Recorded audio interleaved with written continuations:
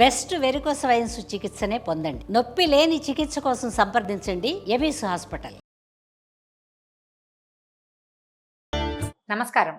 మాఘపురాణం 7వ అధ్యాయంలోకి వచ్చాం. అయితే ఇది ఏం చెప్తారంటే లోభికి కలిగిన మాఘస్నాన ఫలితం గురించి చెప్తారండి. వశిష్ఠ మహర్షి ఏం చెప్తారంటే పార్వతీ పరమేశ్వరులు చెప్పుకున్నటువంటి పిసినారి వృత్తాంతాన్ని దిలీప మహర్షికి తెలియజేస్తున్నారట. ఏమంటున్నారు? చాలా కాలం క్రిందట దక్షిణ ప్రాంతంలో వసంతవాడ అనే పేరున్న ఒక పెద్ద నగరం ఉండేదట. అంటే సౌత్ ఇండియాలో అన్నమాట. అయితే అక్కడ బంగారు శెట్టి అని ఒక వయసు పొంగోడు ఒక ఆయన ఉండేవాడు. మంచి వ్యాపారం బాగా ఉండేది, బాగా ధనవంతుడు కూడా.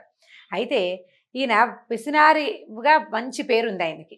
ఈయన పిసినగొట్టుతనం అంటే డబ్బులు ఎవరికైనా ఇవ్వకపోవటం అనేది మెయిన్. వాళ్ళకి సంపాదనకి ఏమి లోటు ఉండదు. ఆయనకి చాలా సంపాదన ఉంది. ఎవ్వరికి దానం చేసేవాడు కాదు. ఏమనేవాళ్ళంటే పిల్లికి బిచ్చం పెట్టడని చెప్పేవాళ్ళు. ఈయన భార్య పేరు తాయారన్నమాట. అయితే ఇతను ఏం చేశాడు, ఎవరికి ఏమి ఇవ్వకపోవటం వల్ల పిత్రార్జితమే కాకుండా తను సంపాదించింది కూడా మూటలు మూటలు కట్టుకుని దాచుకునేవాడట ఇంట్లో. ఇంకా ధనాశ ఆయనకి. ఆ డబ్బు ఆశ తీరేది కాదు. అలాంటి గుణం కనుక ఉంటే తీరదు ఎప్పటికీ. ఈ డబ్బుని వడ్డీలకు ఇచ్చి ఇంకా సంపన్నుడయ్యాడట. అంటే వడ్డీకి ఇవ్వటం అని అనగానే నిర్దాక్షిణ్యంగా ఉండటం అనే పాయింట్ ఉంటుందండి వెనకాల. వడ్డీ వసూలు చేసుకుంటారు తప్పకుండా. అయితే అది న్యాయంగా వడ్డీ వసూలు చేసుకునే వాళ్ళు ఎవరో కొద్దిమంది ఉంటారులేండి లోకంలో, బహు తక్కువ. వడ్డీకి ఇచ్చారు అనగానే అందులో న్యాయం పాలు కొంచెం తక్కువే. అంటే న్యాయం ఉంటుంది, ధర్మం ఉండదన్నమాట. పోన్లే పాపం లాంటి భావాలకి అక్కడ తావు ఉండదు. ఈయన పిసినారితనానికి తోడు ఈ గట్టి గుణం కూడా ఉందన్నమాట. అయితే ఒక్కనాడు కూడా ఓ భగవంతుడిని ధ్యానించడం, దేవుడి పేరుతోటి ఏమైనా ఇవ్వటం, దేవాలయాలకు ఏదైనా దానం చేయటం, అటువంటి ఏ క్రియలు అతను చేసేవాడు కాదు. దానం అనగానే వేస్ట్ అని భావించేవాడు అనమాట. అక్కడి నుంచి బీద ప్రజలకి వాళ్ళ ఆస్తుల మీద వడ్డీలకు రుణాలు ఇచ్చి కాస్త తేడా వచ్చినా అంటే ఒక్కరోజు కూడా సమయం ఇవ్వకుండా ఆస్తులు స్వాధీనపరచుకొని కలిపేసుకునేవాడట. అలాంటి ఈ బంగారు శెట్టి ఒకనాడు గ్రామాంతరానికి వెళ్ళాడు, ఏదో పక్క ఊరు వెళ్ళాడనమాట.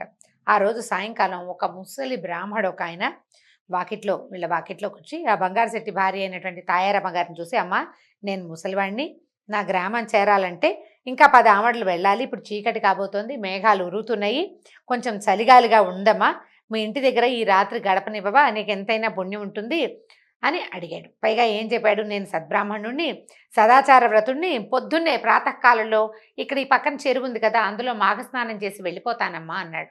మాఘమాసంలో చెదురుమదురుగా జల్లులు పడతాయి, కొద్దిగా, ఎక్కువ కాదు, కానీ చల్లగా ఉంటుంది, చలిగా ఉండే అవకాశం ఉంది.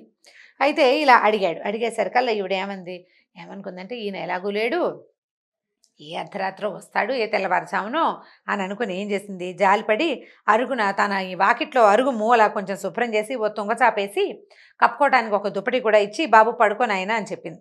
సరే ఇంకేం చేసింది, ఇలా అయ్యేసరికల్లా ఈ బ్రాహ్మడు సంతోషించాడు. ఆమె సహృదయానికి సంతోషించి ఏం చేశాడు, విశ్రాంతి తీసుకున్నాడు, పడుకునేసరికల్లా ఆవిడ ఏం చేసింది, ఒక మామిడి పండు ఏదో పట్టుకొచ్చి, మామిడి పళ్ళు ఆ కాలంలో రావుగా, ఓ ఫలం పట్టుకొచ్చింది, జామ పండు కమలా పండు తెచ్చి, అయ్యా ఇది పుచ్చుకోండి, ఎందుకంటే బ్రాహ్మణులు ఇతరుల ఇళ్లలో భోజనం చేసే రోజులు కావు, పగటిపూట అయితే తప్పకుండా ఓ పొయ్యి, ఒక బియ్యము గిన్నె అన్నీ ఏర్పరిచి అన్నం వండుకుని తినండి అనేవాళ్ళు.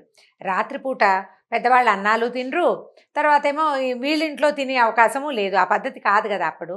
అందుకని ఆవిడ ఏం చేసింది, ఒక పండు తీసుకొచ్చి, బ్రాహ్మడు పెద్దవాడు కదా వాకిట్లోకి వచ్చి ఉన్నాడని ఓ పండు పట్టుకొచ్చి ఇచ్చింది. అయ్యా ఇది భుజించండి అంది. అన్నాక ఆయన ఆ పండు ఒలిచి నోట్లో వేసుకుంటుండగా ఈవిడ ఆ పక్కన కూర్చొని అడిగింది, మీరు మాఘస్నానం చేస్తామన్నారు కదా, అంటే ఏమిటి బాబు అని అడిగింది. అడిగేసరికల్లా ఈయన ఏం చేశాడు, ఆ పండు కాస్త తినేసి దుప్పటి కప్పుకుని ముసుకేసుకుని కూర్చుని, అమ్మ మాఘస్నానం గురించి చెప్పడం నా వల్ల అవుతుందా అమ్మా, ఎంత గొప్ప సంగతి అన్నాడు. అని ఈ మాఘంలో నది ఎందు కానీ, తటాకమందు కానీ, నూతి ఎందు కానీ సూర్యోదయం అవుతూ ఉండగా స్నానం చేసి ఆ తర్వాత విష్ణు మందిరానికి వెళ్ళి తులసి దళాలతోటి పువ్వులతోటి పూజ చేసి స్వామివారి ప్రసాదం స్వీకరించాలి. తర్వాత మాఘపురాణం పఠించాలి లేదా వినాలి, శ్రవణం చేయాలి. కుదిరితే మాఘపురాణం చదువుకోవచ్చు, పుస్తకము అవకాశం ఉండాలి కదా, ఉంటే చదువుకోవచ్చు, లేకపోతే వినాలమ్మా. ఇలా ప్రతిదినము విడవకుండా చేసి 4 రోజులు మాఘమాసం అంతా సద్బ్రాహ్మణ సమారాధన దాన ధర్మాలు చేయాలమ్మా.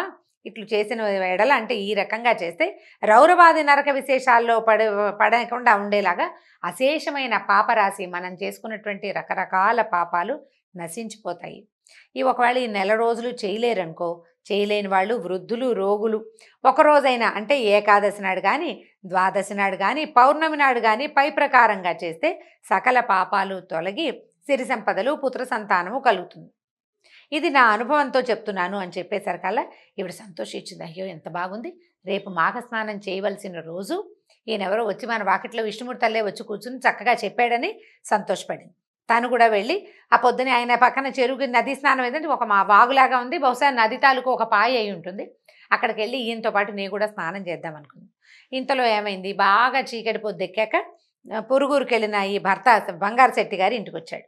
అప్పుడు ఆవిడ ఏం చేసిందంటే ఆయనకి ఏదో కాస్త అన్నం వడ్డించి, ఏమయ్యా ఇది మాఘమాసంట, మరి ఒక పెద్ద ఆయన చెప్పాడు ఈ స్నానం చేస్తాను నేను కూడా అని, నువ్వు కూడా రా మన ఇద్దరం కలిసి వెళ్ళి స్నానం చేద్దాం అనేసరికల్లా ఆయనకు ఏమైనా వచ్చింది కోపం, మామూలుగా కాదు ఒళ్ళంతా మండిపోయేంత కోపం వచ్చిందట.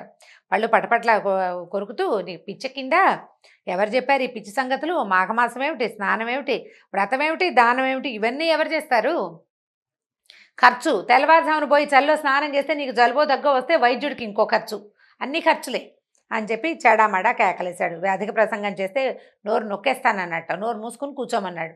పిచ్చి పిచ్చి వేషాలు వేయొద్దన్నాడు. చల్లే అసలే డబ్బు సంపాదించలో నేను ఎంత కష్టపడి సంపాదిస్తున్నాను, ఎవ్వరికి రూపాయి ఇవ్వకుండా ఇంత నేను కూడబెడుతుంటే దానం ధర్మం చేయమంటావా, దానాలు చేస్తే ఇళ్ళు ఒళ్ళు గుల్లవుతున్నావు, దానం చేయడంతో పాటు పొద్దున్నే చల్లో స్నానం చేస్తే ఇళ్ళు ఒళ్ళు కూడా గుల్లైపోతాయి, ఆరోగ్యం పాడైపోతుంది, చలి జ్వరం ఏమైనా వస్తే అసలు ఈ పనులన్నీ ఎలా చేసుకుంటాను, నేను వ్యాపారం ఎట్లా చేస్తాను, వైద్యుడికి డబ్బు ఎక్కడి నుంచి వస్తుంది అనుకున్నావు. ఇక నాన్న తిట్లు తిట్టి పోసాడు, ఆయన నోటికి వచ్చిన తిట్లన్నీ తిట్టాడు. డబ్బు ఖర్చు వల్ల రాగలిగే అన్ని రకాల ఇబ్బందులని ఆవిడకి తెలియజేశాడు. తర్వాత ఇట్లా పిచ్చి పిచ్చి వేషాలు వేయడానికి వీల్లేదని వెళ్ళి నోరు మూసుకుని వెళ్ళి పడుకోమని కసిరేశాడు. సరే అయితే ఈవిడ పడుకుంది, కానీ ఆవిడకి నిద్ర పట్ల.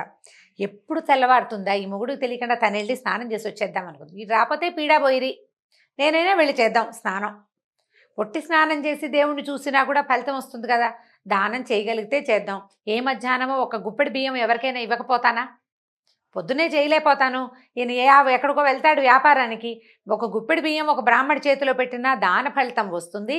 రేపు మంచి రోజున వృద్ధ బ్రాహ్మణుడు అసలు ఉనికిపోతున్నవాడు కూడా స్నానం చేయడానికి వెళ్తుంటే నడి వయసులో ఉన్న నాకేం మాయరోగం అని ఆవిడ నానా తిట్లు తిట్టుకుని ఆవిడ కూడా తయారైపోయింది. ఈయన చెప్పకుండా వెళ్ళిపోదాం అనుకుందనమాట.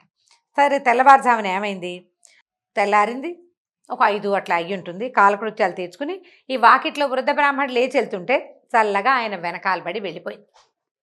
చీకట్లో వెళ్ళొద్దు, ఆడవాళ్ళు ఒకళ్ళే ఎవరో ఒకళ్ళు తోడు ఉండాలి. ఆ బ్రాహ్మణ ఆయన వెళ్తున్నాడు, ఆయన వెనకాలబడి ఈవిడ కూడా వెళ్ళిపోయింది. వెళ్ళిపోయి ఆ నదిలో దిగేసింది స్నానానికి. దిగ్గానే ఈ బంగారు శెట్టికి అనుమానంగానే ఉంది, భార్య తన మాట విందేమోనని. ఆయన లేచి చూసుకున్నాడు, లేదు పక్కన. ఓహో ఈవిడ వెళ్ళిపోయిందని చెప్పేసి పరిగెత్తుకుంటూ వెళ్ళి ఒక దుడుకర్ర పుచ్చుకెళ్ళాడట. వెళ్ళి నీళ్ళలోకి దిగి భార్యను కొట్టపోయాట. కొట్టపోయేసరికల్లా ఆవిడ తప్పించుకుంది. ఇంకొంచెం లోపలికి వెళ్ళాడు. చివరికి ఈయన కొట్టపోయి ఈ కర్రెత్తి కొట్టపోయి ఆవిడ చేతులు అడ్డం పెట్టుకుని అటు ఇటు అయ్యి ఆయన తలకిందులుగా పడిపోయి మొత్తానికి ఇద్దరు నీళ్ళల్లో స్నానం చేసేసారు. కావాలని చేసినా కావాలనుకోకుండా చేసినా, అంటే చేయకూడదని భావించినా కూడా నీళ్ళల్లోకి దిగాక తడవము ఆటోమేటిక్గా అయిపోతుంది కదా, శుభ్రంగా తడిసిపోయారు. ఏమనుకుంది, మాఘమాస ఫలితం లభించిందిలే అనుకుంది. చివరికి ఆయన ఏం చేశాడు, బయటికి వచ్చాక లాక్కొచ్చి భార్యను 4 దెబ్బలు కొట్టి ఆ కనపడిన బ్రాహ్మణ ఆయన అడవైన తిట్లు తిట్టి పెళ్ళాన్ని ఇంటికి లాక్కొచ్చేసాడు. కొన్నేళ్ల తర్వాత వీళ్ళిద్దరికీ ఏదో ఒక వ్యాధి సోకిందట. ఏముందండి, పిసినారితనము, బాగా వండుకు తినరు. సరే దానం ధర్మం సంగతి పక్కకు పెడితే శుభ్రమైన ఆహారం తీసుకోకపోవటం, సరి అయిన శ్రద్ధ లేకపోవటం, వీటితోటి ఏదో విచిత్రమైన వ్యాధి వచ్చింది భార్యాభర్త ఇద్దరికీను.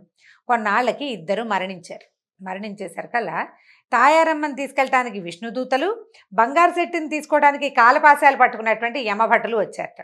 ఆమెని రథం మీద ఎక్కిస్తుంటే, అయ్యా నాయన ఏమిటి ఇలా తీసుకెళ్తున్నారు, నన్నేమో వైకుంఠానికి అంటున్నారు, వాళ్ళు చూస్తే చక్క శంఖాల చక్రం ధరించి మెళ్ళో పద్మమాలలు అవి వేసుకుని బంగారు కొండల్లా కనపడుతున్నారు. విష్ణు తెలిసిపోతుంది కదా, శంఖచక్రాలు ధరించి చక్కటి సౌందర్యవంతమైన రూపాలతోటి ఉన్నటువంటి విష్ణుభటులు, నల్లగా కాలపాశాలు ధరించి నల్లటి వస్త్రాలు, నూనె కారుతున్న శరీరాలతో ఉన్న వాళ్ళని యమభటులని ఆవిడ తెలుసుకుంది. నా భర్తని వాళ్ళు ఎందుకు తీసుకెళ్తున్నారు, నన్ను విష్ణుభటులు ఎందుకు తీసుకెళ్తున్నారు, మేమిద్దరం సమానమే కదా అని అడిగేసరికల్లా వాళ్ళు ఏమన్నారు, నువ్వు మాఘమాసంలో ఒకరోజు నదీ స్నానం చేసావమ్మాయి, అంచేత నీకు ఈ ఫలితం లభించింది.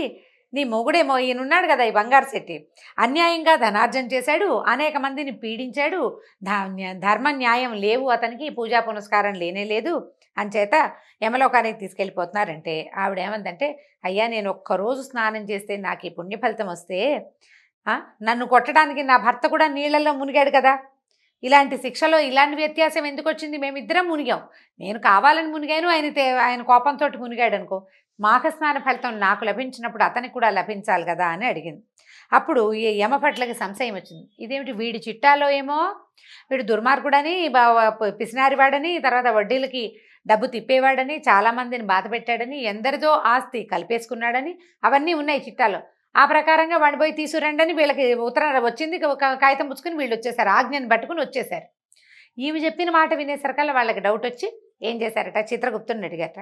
అప్పుడు ఏం చేశారు, పాపపుణ్యాల పట్టిక తెరిచి చిత్రగుప్తుడు పరిశీలించి ఏం తెలుసుకున్నాడంటే, వీడికి కూడా మాఘస్నాన ఫలితం ఉంది, బంగారు శెట్టి కూడా అని భావించి ఇద్దరికీ సమానమైన పుణ్య ఫలితం ఉందని జరిగిన పొరపాటుకి విచారించి బంగారు శెట్టిని కూడా వైకుంఠానికి తీసుకుపోమని ఆ విష్ణుదూతలకి కబురు చేశాడట.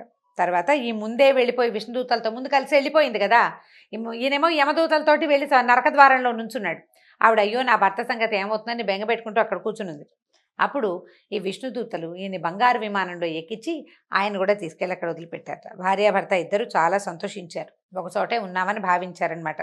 అప్పుడు ఏం చెప్తున్నారు, భార్య వలన భర్తకి ఎలాంటి మోక్షం కలిగిందో విను.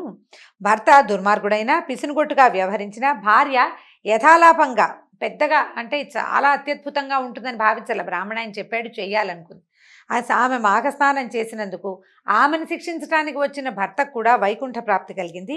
కాబట్టి నెల రోజులు మాఘమాసంలో కనుక స్నానం చేస్తే విశేషమైన ఫలితం లభిస్తుంది. మాఘ స్నానము, భగవద్ ఆరాధన, వీలైనంత దానము, పురాణ శ్రవణము, ఈ 4 అత్యంత ముఖ్యమైనవిగా వశిష్ఠ మహర్షి దిలీప మహారాజుకు తెలియజేశారు. దీంతో 7వ అధ్యాయం పూర్తయిందండి. రేపు మళ్ళీ కలుసుకుందాం. నమస్కారం.